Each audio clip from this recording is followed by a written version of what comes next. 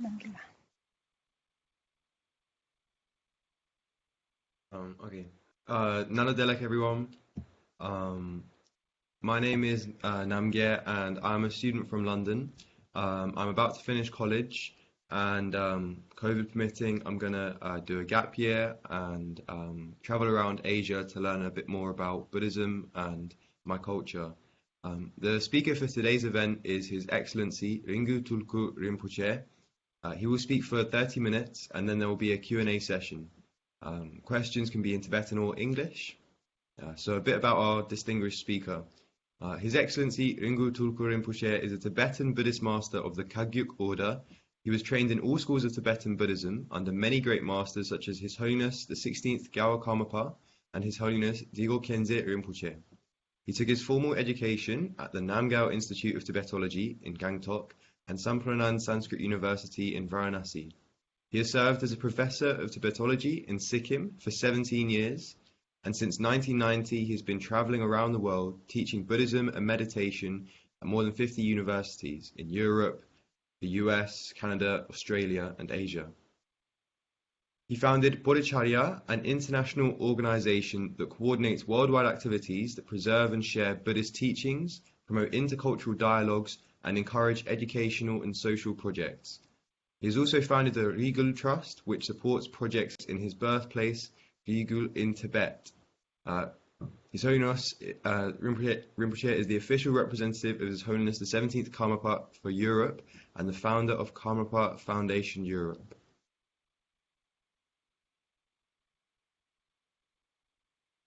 Thank you very much, Namgela. And today we're going to talk about the three yanas. In Tibetan we call Thekpa Sum, and this is translated as three vehicles. Now, the first thing one needs to understand is that Buddha said that he teaches people as according to their need. And so therefore, since all the people are not same, they need slightly different approaches, different paths, different methods.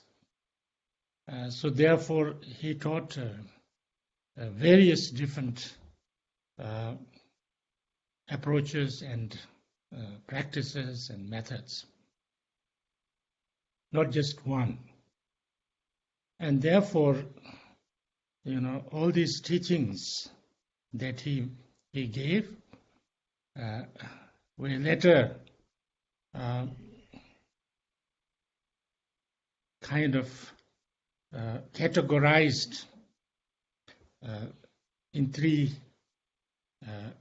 vehicles or three yanas, Thepasum. It's not always only in three yanas, it can be also 2 yanas, 3 yanas, 4 yanas, up to 9 yanas and things like that, but the most kind of popular way of defining the Buddha's teachings are 3 yanas, Thekpasum. Now there are 2 ways of defining the 3 yanas.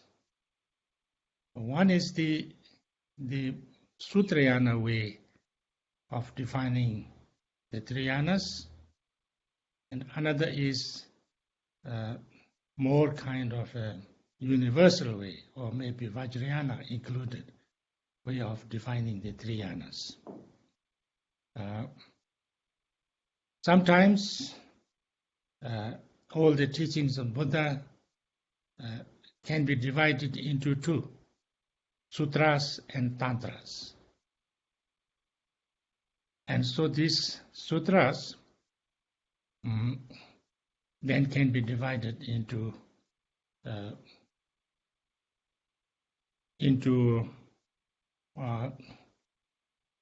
what we call 3 rounds of teachings, or 3 Dharma Chakras.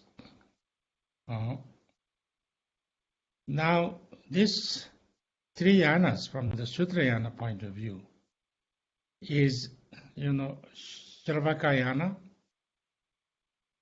Bodhisattva, Sarvakayana, Prateka Buddhayana, and Bodhisattvayana. Nyentu, Rangjal, and Sangchu Semba, Now, Nyentu, or the Sarvakayana, now this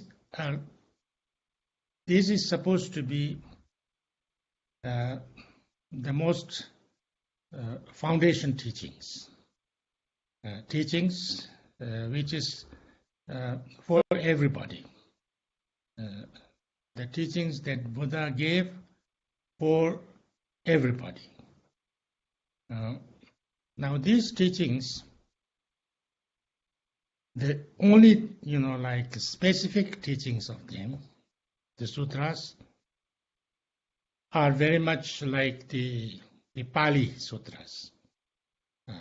That is written in Pali language, that's kept in Pali language. Of course, many of them are also in Chinese translation, Chinese Tripitaka. Many of them are also in Tibetan translation, and in Tibetan Tripitaka also, what we call Kanjur. But almost all of the Pali Sutras, Tripitaka, belongs to this, the Sarvakayana. But it is also said by the Buddha that there are different types of people. The first type of people are those who want to bring liberation or freedom from suffering, and who wants to transform themselves and work on that. These are the Sarvakayana people. That they receive the teachings, and then there's a kind of a guidance, a laid path, and so you tread that path. But then there are people among them called Prateka Buddha type. So there is not much teaching by the Buddha for the Prateka Buddha vehicle, because not that many sutras or anything like that, because Prateka Buddha type of people are said to be those kind of people who are very intelligent, very independent.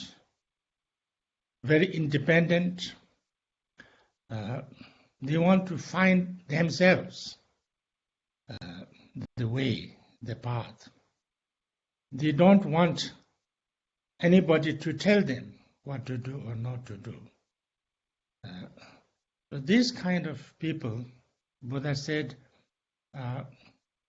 will find the Dharma even when there is no teaching available. There is no Buddha have taught in the world. They, by their own, by their own power, by their own intelligence, by their own understanding, find the way, find the truth, and then can become arhats, can find, liberation for themselves. So these are what's called as Prateka Buddha vehicle. This is also regarded as a vehicle.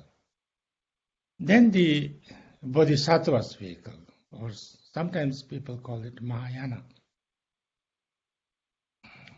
Now, Bodhisattvas vehicle is basically, the Mahayana teachings, so the Mahayana, Tripitaka. So these are the three, from the Sutrayana point of view. Now from the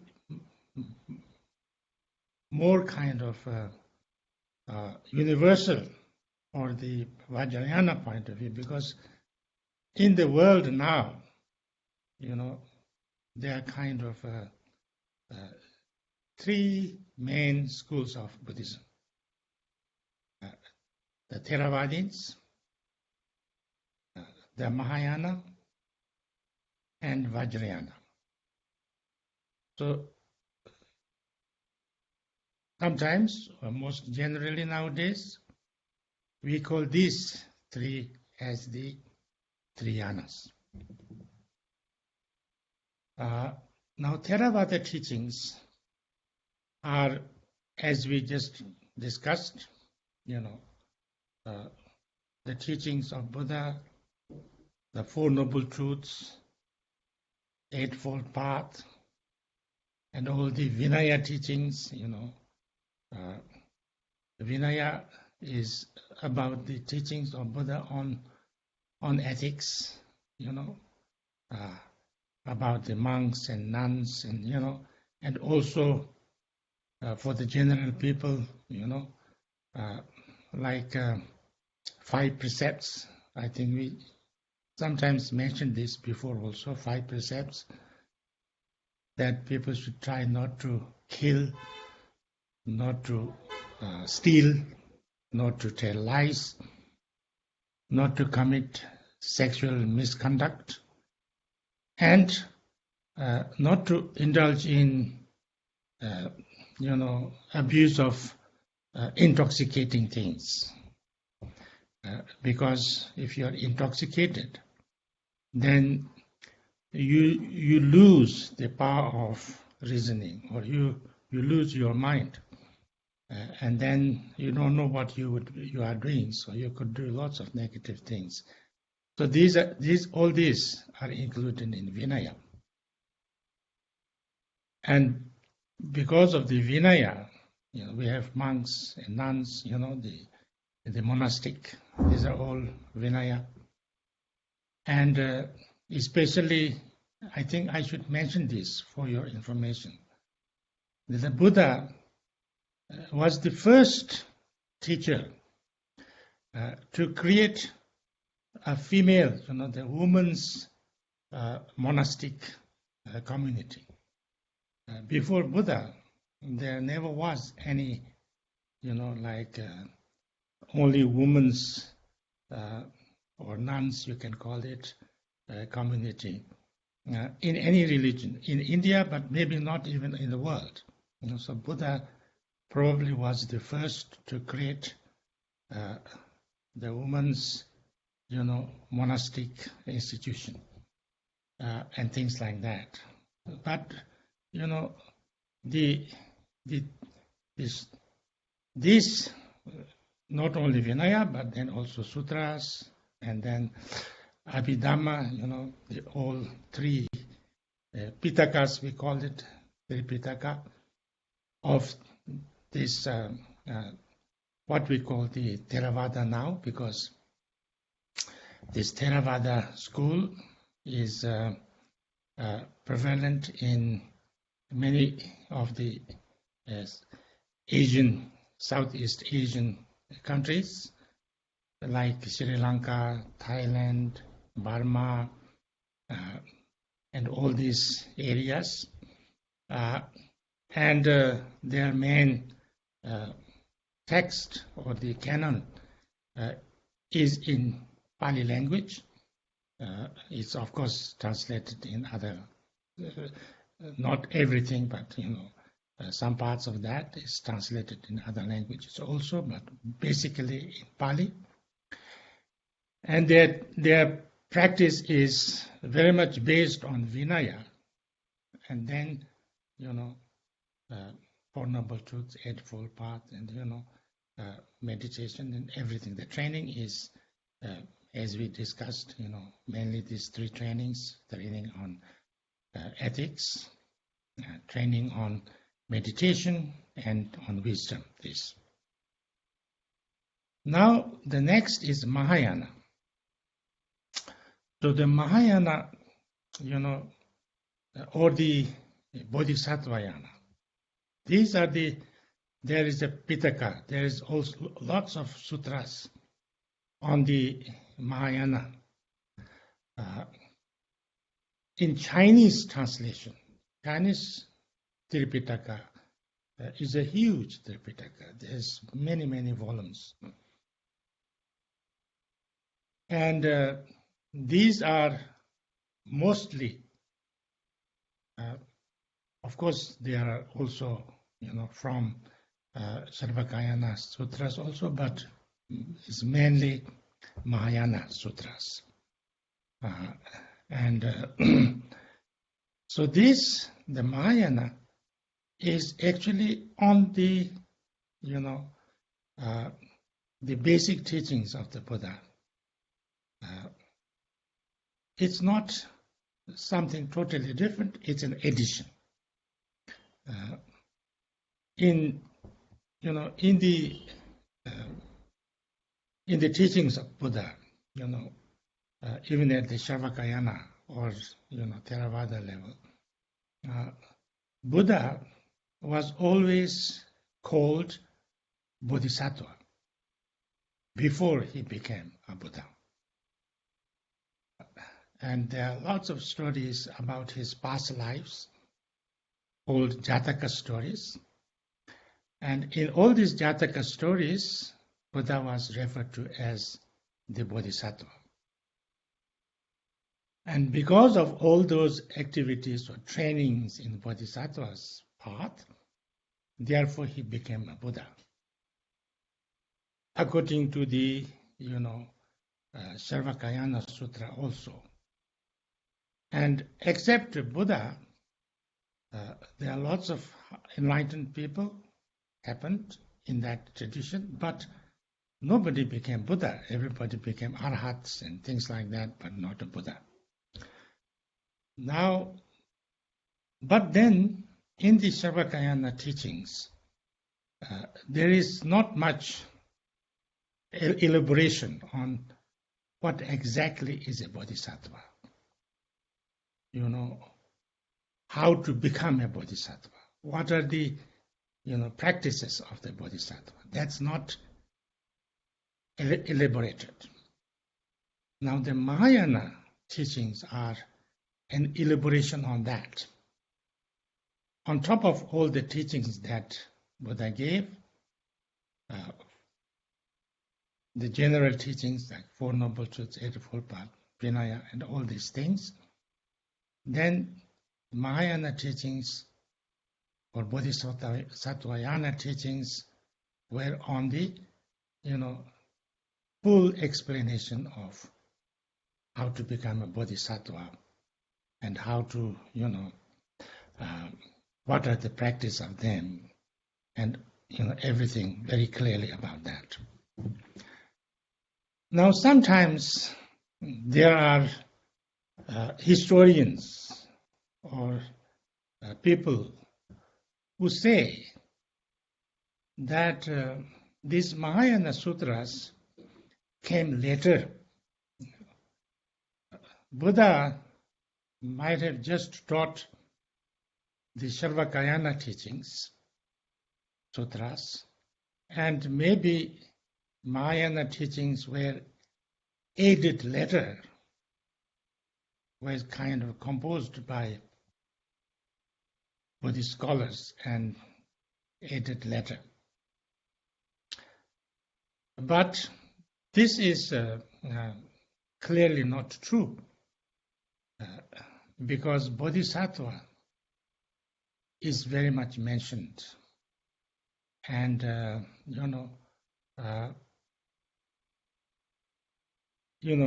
all these Jataka stories, all the everywhere, before Buddha became Buddha, he was a Bodhisattva.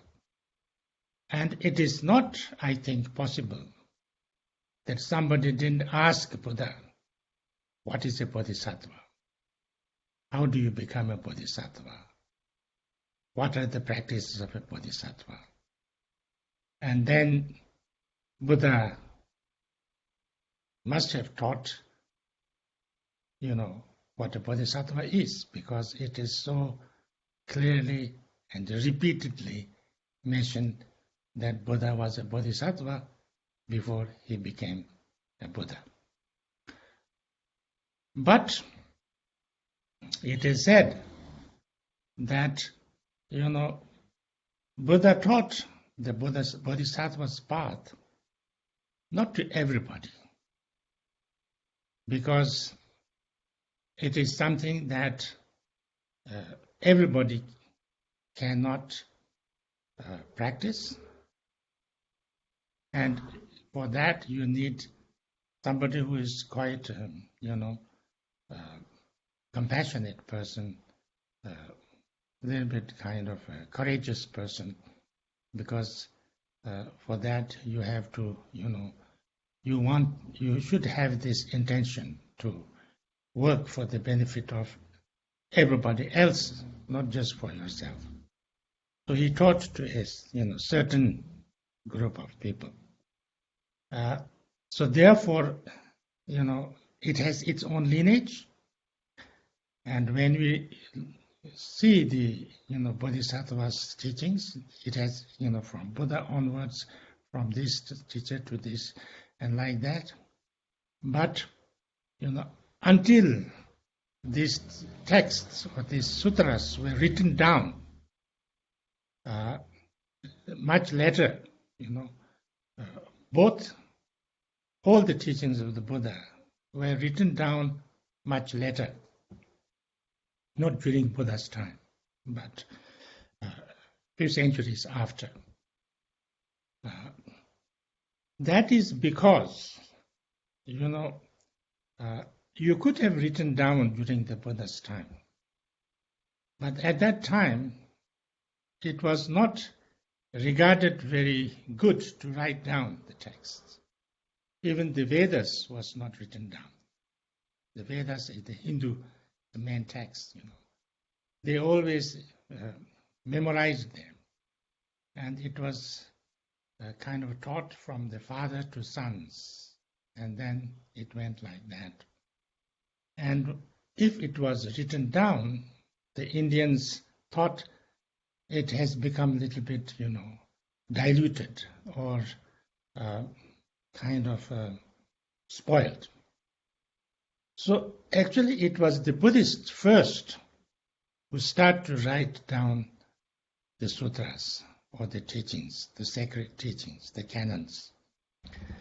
And the writing was done, as we find now through research, that the Sravakayana or the Theravadin Pali sutras and Sanskrit sutras were written down around the same time. So therefore, after that, then both teachings became prevalent. And later on, these Mahayana teachers started the great Indian universities like Nalanda University, Vikramasila University, and many other universities. And, then it spread all over the world, including Tibet from there. And so the Mahayana is basically about the Bodhisattva, how to become Bodhisattva, how to generate bodhicitta, what are the, view, meditation, and, practices of the Bodhisattva on top of that. But the Mahayana teachings, Mahayana practitioners also accept all the teachings of the Sarvakayana level, and they take it as part of their path. So this is Mahayana or the Bodhisattvayana. Then these Mahayana schools of Buddhism are basically China, because the main translations, main kind of Tripitaka is in Chinese, Japanese also, then Vietnam, Korea, all these countries are from that, the Mahayana, basic Mahayana kind of majority practitioners. Now the Vajrayana. What is Vajrayana? In Mahayana or the Bodhisattvas teachings, they also mention Buddha nature. There are lots of teachings, especially what we call as the third Dharma Chakra teachings of the Buddha. Lots of things about Buddha nature. But in the Vajrayana teachings, it's much more strongly and clearly explained, and methods given on how to bring that Buddha nature to complete experience of a person who can practice that. And these different methods and practices and teachings are called Vajrayana, and these are called Tantras. These Tantras were taught by Buddha according to the history of Tantras to very few people, very secretly. Like,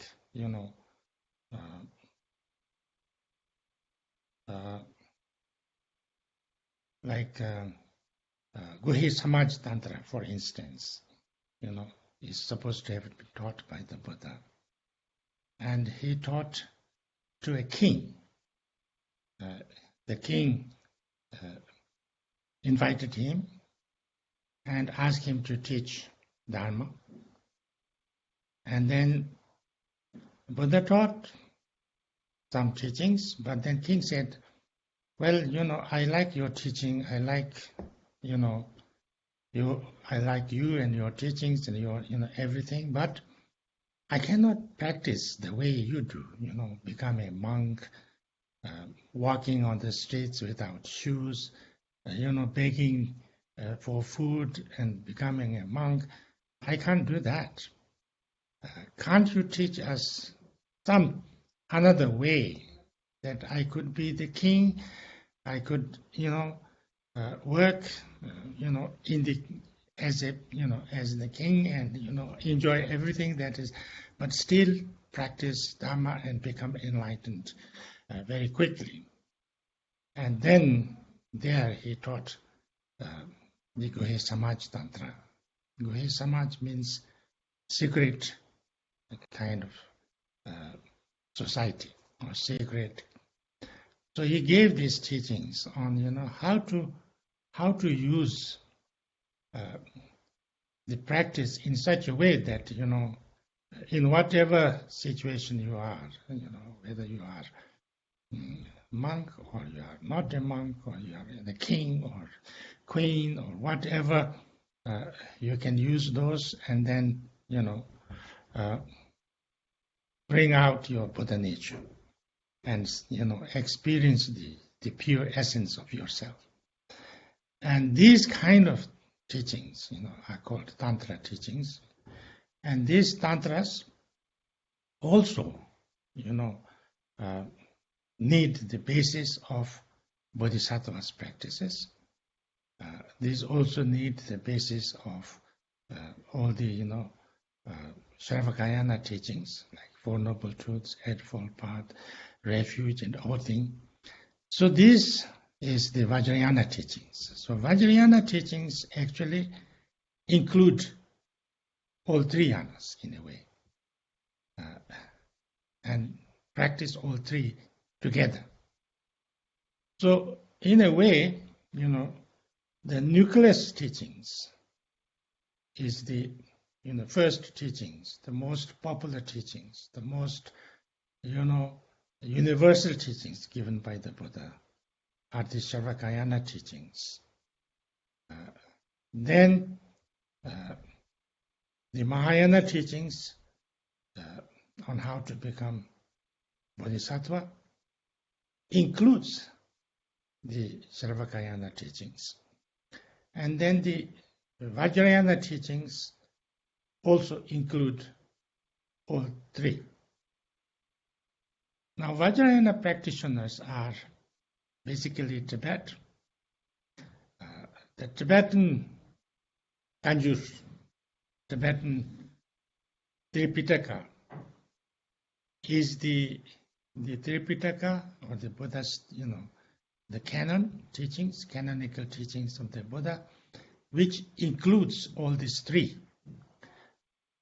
They have many sutras from the Sarvakayana teachings. Not everything is translated, but many of them. And then it also includes many Mahayana sutras. And then it also includes lots of Vajrayana or Tantra teachings. So the Tibet, or Tibetan Buddhism, what we sometimes call, is the Vajrayana level of practices. And this is now in Tibet, Mongolia, and many Tibetan Lamas for centuries also taught in China. And then there is also lots of people, almost all through Himalayan region, like Indian region of Himalayas, like Ladakh and Kinor, and then Nepal, Bhutan, and throughout the Himalayan region, there are Tibetan Buddhist practitioners who are practicing Vajrayana. So these are the three yanas, and these three yanas are not there is no kind of a contradiction in that. It is often said that if you read a sutra from the Sarvakayana, then there is not most of the terms of Mahayana. You will not find the terms of the Mahayana teachings, and also nothing of the Vajrayana teachings. But if you had studied Vajrayana and Mahayana, and then read a sutra of Sarvakayana, you will find them also there, the teachings in essence. In the same way with the Mahayana sutras, and then, of course, in the Vajrayana teachings, then you will find all three. So this is, basically the three yanas. Now, three yanas, that as we discussed, there are three different aspects. One aspect is the canonical aspect, the teachings in different languages, like Pali language, Chinese language, and Tibetan language. The Chinese and Tibetan mostly translated from Sanskrit. Then the another thing is the people, what kind of, people. The Sravakayana type of people is their main effort or main intention or main motivation is working for your own liberation and for your own, how do I kind of transform myself. And in the Mahayana,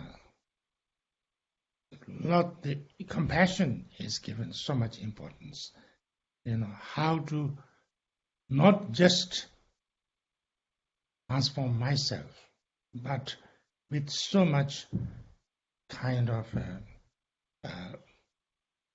intention or motivation on how to bring everybody to liberation, to transformation. That's why it's sometimes called Mahayana. It's like a big, huge vehicle, like not just like a horse or bicycle that can carry only one or two people, but like a train or a big ship or something like that, which you can carry lots of people together. That's why it's called Mahayana, or the big vehicle, a huge vehicle.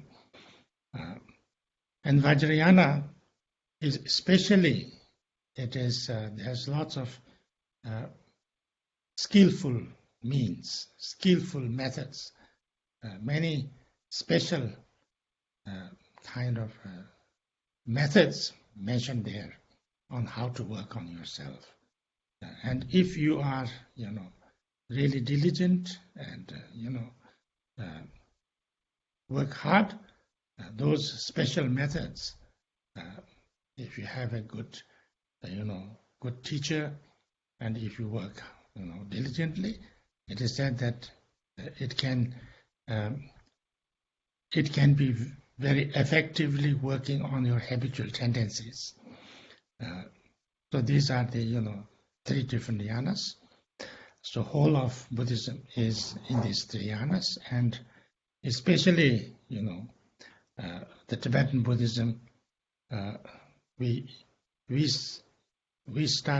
try to practice all these 3 together by one person. Learn, all these 3 yanas, and then try to integrate that in our life as much as possible.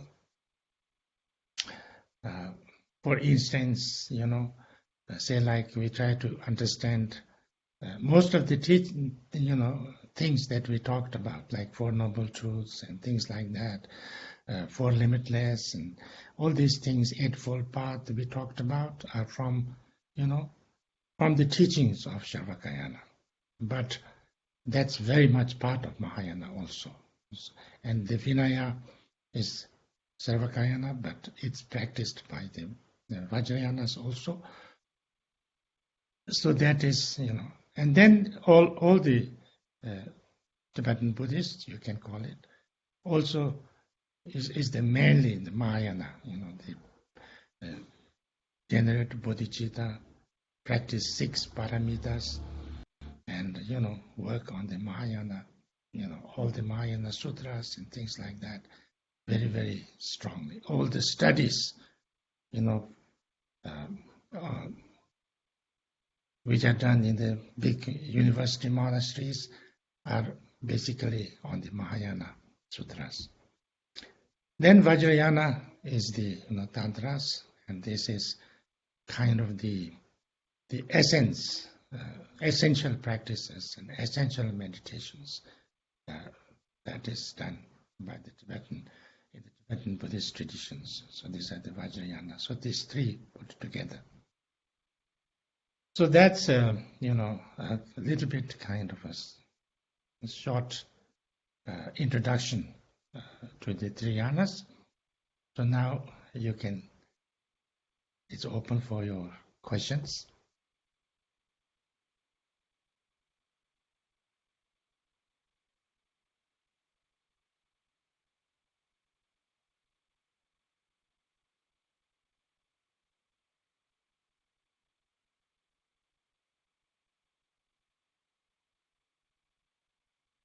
Any questions?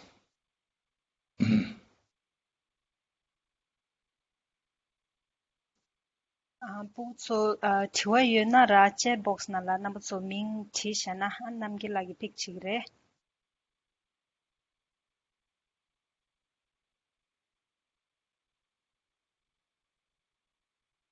ဒီမနာရမချေထန်တာ Facebook နံလာချဝစ်ကူဒိုဒီချီရှိရှနာ how can we make sure we don't deviate from the path and what are the values we should always keep in mind to make sure that we don't go frustration and angry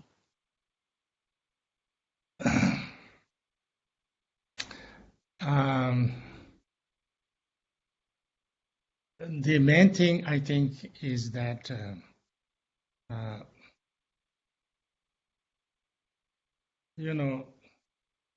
we don't go away or deviate from the path. Does not mean that we never get angry or we never get frustrated. Of course, we sometimes get angry, we sometimes get frustrated, we sometimes have doubts. We can have ups and downs, all those things. That's not deviating from the path. Deviating from the path is that, you kind of, you don't want to. You think that I can never transform. I can never become better. I can never, work on myself and improve. If you also not just a momentary thing, but if you deeply believe that yes, I cannot change, I cannot improve, I cannot transform, and there's nothing to do, and I can never do it, and I will never do it, then you are kind of deviating from the path, and you are not. And that is, in a way, not true. So, we need to bring back ourselves to the understanding and to kind of to the confidence that I can learn, I can improve, I can transform, and so therefore I must try to learn, I must work on it. It's not necessary that I transform or I improve, I progress very, very quickly, but I can do it, so I will keep on working on that. As long as you do that, I think you never go out of the path.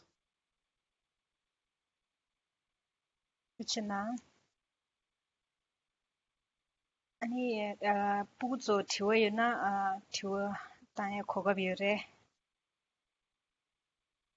You can ask question on anything, not necessarily on the three yanas that we talked about, but anything.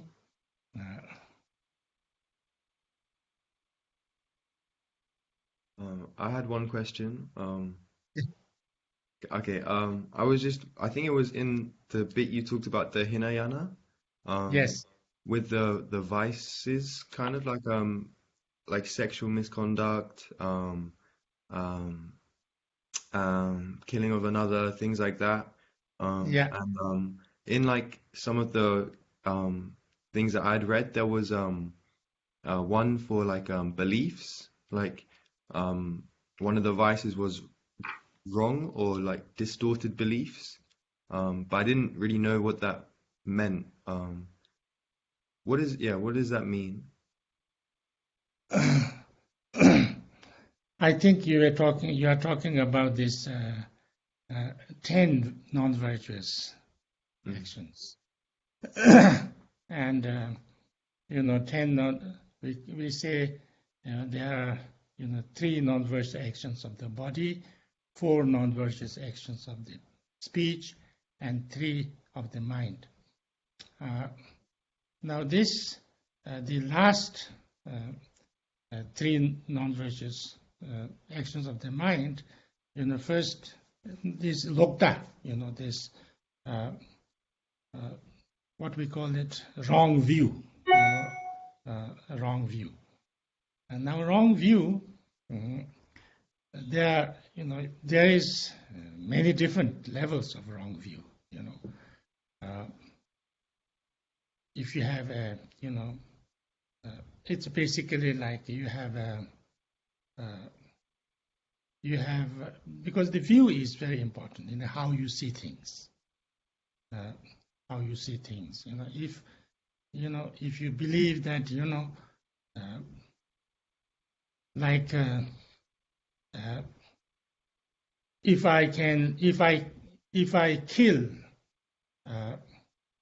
everybody who doesn't believe what I believe, that's a wrong view, and that wrong view can lead me to do actions which is very terrible and very harmful, and things like that. But in this level, in the 10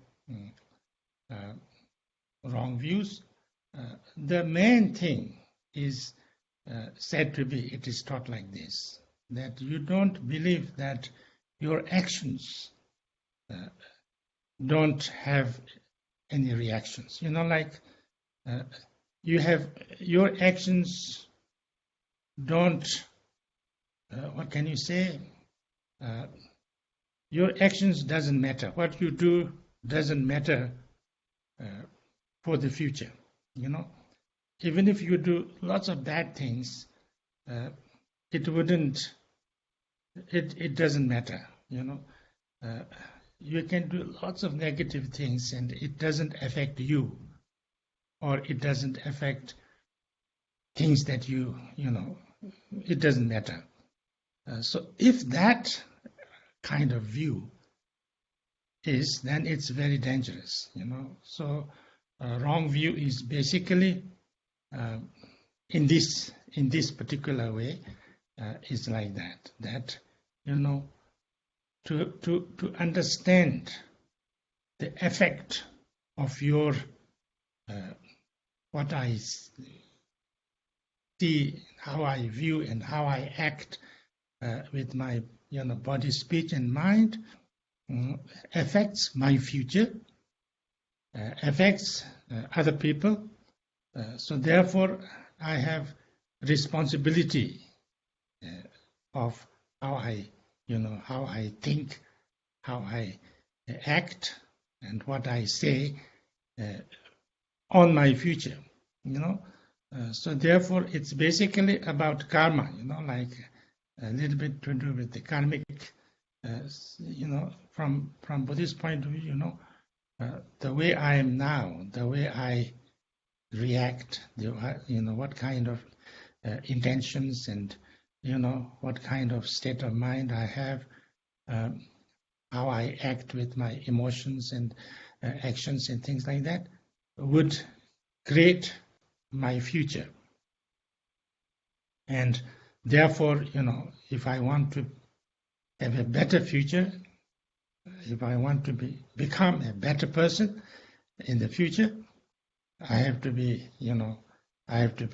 training or better, start to better now.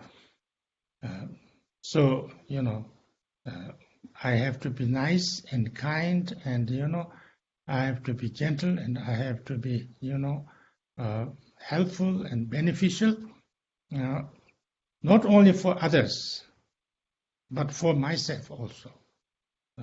So if you have that understanding, then you have kind of right view. So this is basically on that. Okay, thank you. We have a few questions in the chat. The first one, from Norpel, do you think language obscures understanding of the empty nature of reality? Well, emptiness or empty nature of the real, actually not only emptiness, but to deeply understand how things really are, who or what I really am, is not an easy subject. It's not an easy subject because it is difficult, it is subtle, and we have lots of preconceived ideas, we have lots of habitual tendencies, we have lots of basically all the problems we have, all the negative emotions and habitual tendencies and wrong way of saying things is basically because of our not being able to see and understand how things really are. So it's not an easy subject. But it is an important subject because, this is like, the scientists, what is their main objective is to find the truth, to try to find what is the real facts, what is the real truth, how things really exist. And that's Buddhism is same, it's about to find out what is the real truth, what is the, what's the true nature of myself and all the phenomena, everything. In science, of course, there is also some thing that, if I find the truth and I find how things really are, that will give me some, more knowledge and more insight and more, I'll be able to see things and understand things and plan things and, more clearly. So there is a benefit for me and benefit for the world. But from Buddha's point of view, this is much more stronger. We think that, if you really understand the true nature of things, how things really exist, and how you really exist, that will help you to free yourself from all, suffering and pain and problems, and will bring you a lasting peace and happiness for yourself. Because all the causes of our negative emotions, of our anxieties and of our worries and of our, all these emotions, negative emotions and fears and, is coming from not seeing things clearly, So therefore, this seeing things as they really are is very, very important.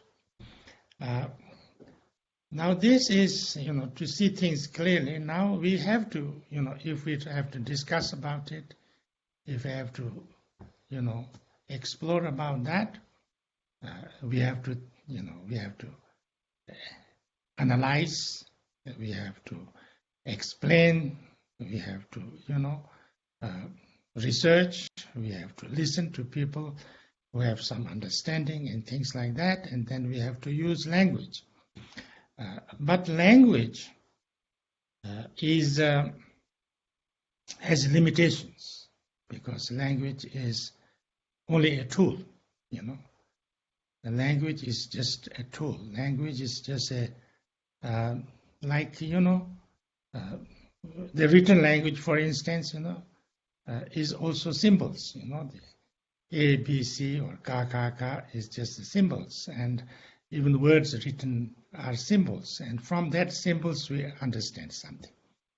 So words are also symbols, So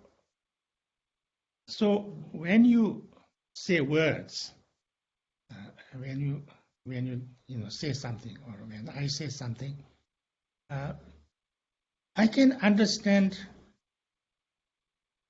according to my level of understanding. If somebody tries to tell me something, I cannot really experience his experience. I can only, understand from what I experienced. Say if somebody had never, never experienced the taste of ice cream, for instance. Then if you say ice cream, if you had experienced ice cream, then you know what ice cream means. But if that person had never experienced ice cream, then, then what is ice cream? You say, oh, it's very sweet. Okay, I have a little clue about how sweet it is, but, not exactly like the ice cream. Yeah. Like, for instance, when I first went to Europe, I never went to the seaside in India. I heard all the time that the sea tastes salty, but I never knew how salty it was, or any different. So first time I went to the seaside, I had to taste it because I didn't know what the salty, So therefore, unless you experience through words, you can get a little bit of notion, but not completely understanding. So therefore, language is very limited. Language is it has limitations. Even when we talk to people, to each other, they say it is those who have researched said that the communication, the words that we say is only certain, only about, I think they say about 30% or something like that of communication happens through words, but the communication happens with other things, like the face expression, the tone, all kind of other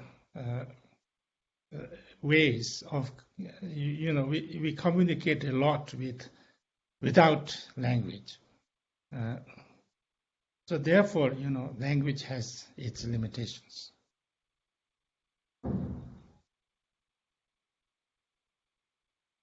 Thank you. And your response there, John.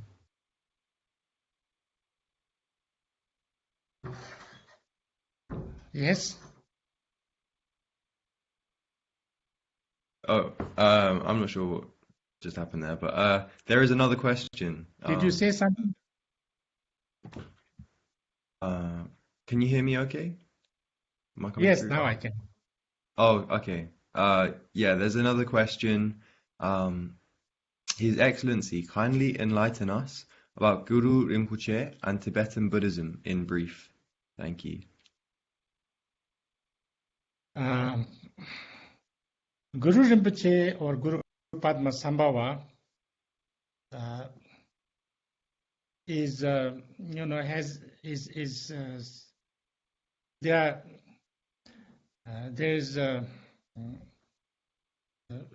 lots of legends of Guru Padma Sambhava. There are lots of stories about Guru Padma Sambhava. But one thing certain that he was in India. Sometimes they said that he lived very, very long time, many hundreds of years. We can't say exactly, but he was also in Nalanda University. He studied in Nalanda University. He was probably a prince. Some say that he born out of the lotus flower. Whatever it may be, a very great Vajrayana master, very great, tantric master. And when the king of Tibet, Trisong Denzen, wanted to bring Buddhism to India, to Tibet, he first, sent his people to search some very great teachers, some of the greatest teachers in India. And they they found,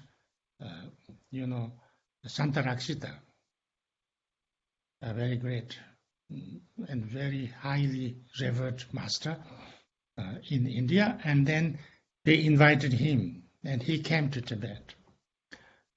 But when they started to build the first monastery, the Samya monastery, there were lots of obstacles by the people also, but lots of, other problems. And, like they built the monastery today, and tomorrow they found that it was destroyed. And then Santarakshita said, now in these matters, I cannot do much. You should bring Guru Padmasambhava.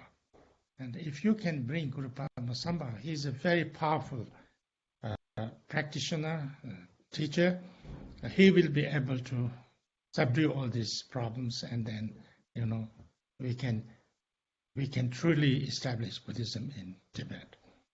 So then the king sent his ministers to India again, and then they searched everywhere, and they found Guru Padmasambhava, and they invited him, and he said, okay, and he came. But he didn't come just like that. He went all over Tibet before, coming to Lhasa. And then finally he arrived, and then he did things. He made lots of different things, and then, the monastery became, was able to build the monastery without obstacles. He also, because Tibetans, he could not find Tibetans who would understand, who would be, children, the Tibetans, had to study Sanskrit. And then, the Tibetans could not pronounce the Sanskrit, when they were taught Namo Buddhaya, they say Mamo Bubaya, like, not very, so, it was very difficult. So then the king was very sad, and he said, maybe Tibetans cannot understand Dharma because they can't even, learn the language. And then Guru Padmasambhava said, no, you will, and there are people who can do that. And then he made predictions about, Vajrayana and, others. So then the king had to go and search for these children, and then he taught them, and they immediately learned the language and became, so like that he really helped to establish Buddhism in Tibet. And then he kind of, some say he stayed in Tibet for a very long time. Some say he stayed a short time. Nobody knows exactly, but, he went and went away, and, he was not really staying in Lhasa all the time. He was also not staying in Samye. Sometimes he was, staying in the caves and, traveling around everywhere, like on his own, maybe miraculously. But he's, he gave lots of instructions, lots of teachings. Then he produced many highly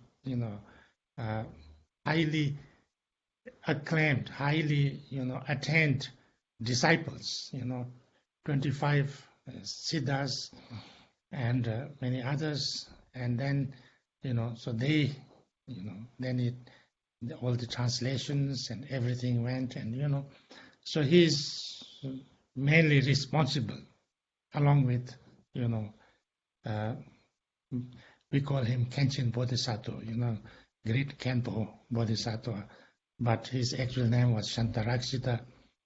And then Santarakshita, his student Kamala Shila, and many other great masters like Bimala Mitra, and, many, many others. But then, mainly Santarakshita, Guru Padmasambhava, and the King Jisong Denzen, they were responsible to, to translate, to establish, first monastery, and Buddhism in Tibet. So therefore, we call them Khenlop Chusum. Tenkenpo, which is Tenkenpo Bodhisattva, and Loben Pema Jongne, or the Guru Padma Sambhava, and Chujal, the king, Trisong Tenzin. These three, we call them together, like Khenlop Chusum. And they are, basically responsible for establishing Buddhism the way it is now. So, His Holiness Dalai Lama often, so grateful to them all, and Guru Padma Sambhava gave lots of predictions for Tibet also. He keep on making predictions. He says that at this time, these things will happen, and then there will be this obstacle, and if you do these things, then this obstacle will be cleared, and then if not, then the obstacle will be very difficult, like this. And then, for centuries and centuries, he gave all the predictions. But unfortunately, we Tibetans didn't listen to any of them. we always did the opposite. Anyway, so that's our bad karma, maybe.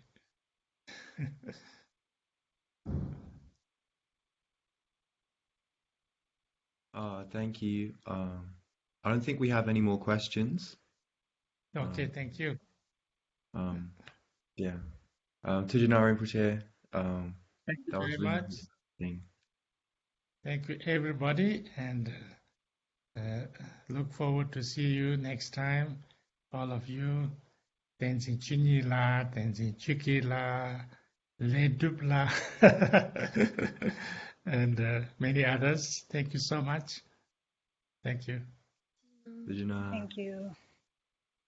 Thank you, Namjala, for